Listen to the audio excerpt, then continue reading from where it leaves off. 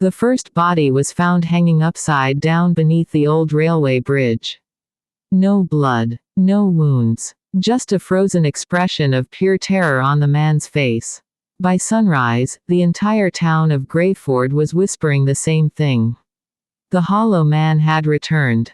Mira heard the rumors while working the night shift at a small diner near the highway. Most people avoided the place after midnight, especially during winter. But Mira needed the money. Around 2 in the morning, the bell above the diner door rang softly. A man walked in, tall, pale, black coat soaked from rain.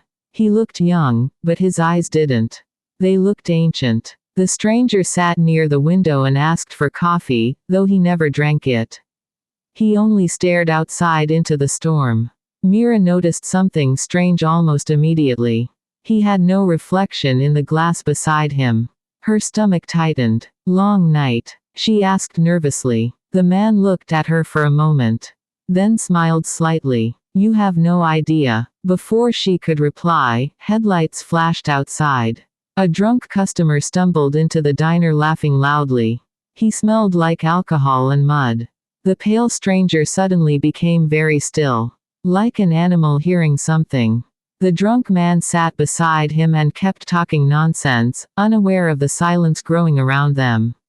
Then the lights flickered. Once. Twice. And went out. Darkness swallowed the diner. For a few seconds, nobody moved. Then came a sound. Wet tearing. A choking gasp. And something heavy hitting the floor. The lights returned. The drunk man was gone.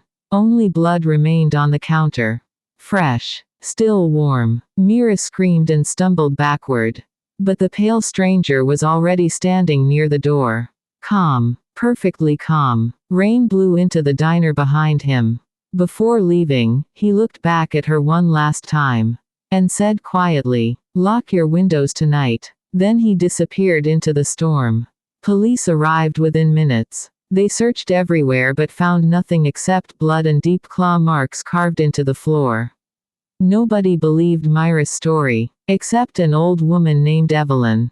She visited the diner the next evening and placed an old photograph on the counter.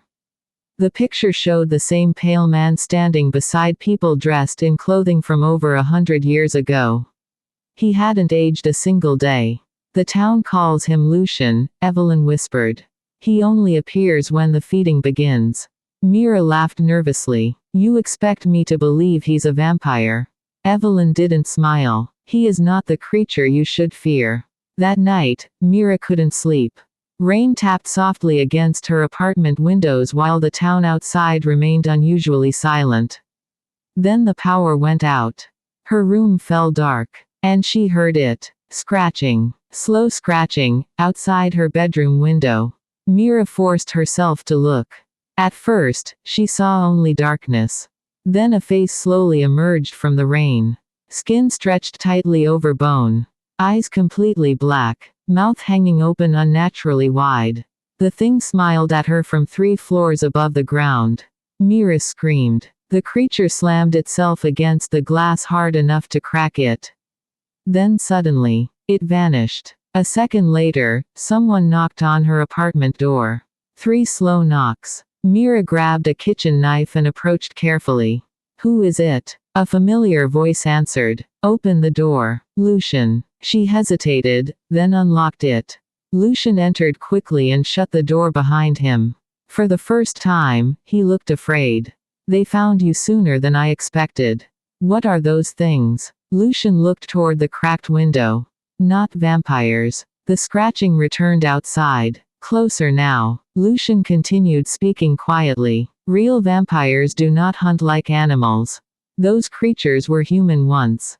What happened to them? Mira whispered. Lucian's expression darkened. I did. Before she could react, the apartment ceiling suddenly exploded inward. One of the creatures dropped into the room upside down like a giant spider.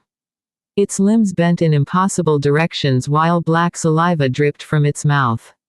Lucian moved faster than human eyes could follow. He grabbed the creature by the throat and slammed it through the wall. The entire building shook violently. Outside, more shapes appeared crawling across rooftops and walls. Watching. Waiting. Hungry. Lucian pulled Mira toward the fire escape. Run. They fled through the rain-soaked streets while the creatures followed overhead like shadows. People screamed in distant buildings. The town was waking up too late. Lucian finally led her into an abandoned church near the forest. Ancient symbols covered the walls. The doors were reinforced with iron chains. For a moment, they were safe. Mira stared at him trembling. You created those things. Lucian looked away. Hundreds of years ago, I was dying. A creature offered me immortality. I accepted. And eventually, I became worse than the monster who turned me. Thunder shook the church windows. Then came dozens of scratching sounds outside. The creatures had surrounded them. Lucian closed his eyes. They are connected to me. If I die, they die too. Mira realized what he meant instantly. No. Lucian smiled sadly. I've spent centuries feeding. Tonight, I finally end it. The church doors exploded open. The creatures rushed inside screaming. Lucian turned toward them, his eyes glowing deep red for the first time. And the church became a slaughterhouse. Darkness moved through darkness. Bones snapped. Blood covered the walls. The creatures tore into Lucian while he destroyed them one by one with his bare hands. Mira could only watch in horror. Then silence finally came. The monsters lay motionless across the church floor. Lucian collapsed beside the altar, his body already turning to ash. Rainlight shone through the broken roof above him.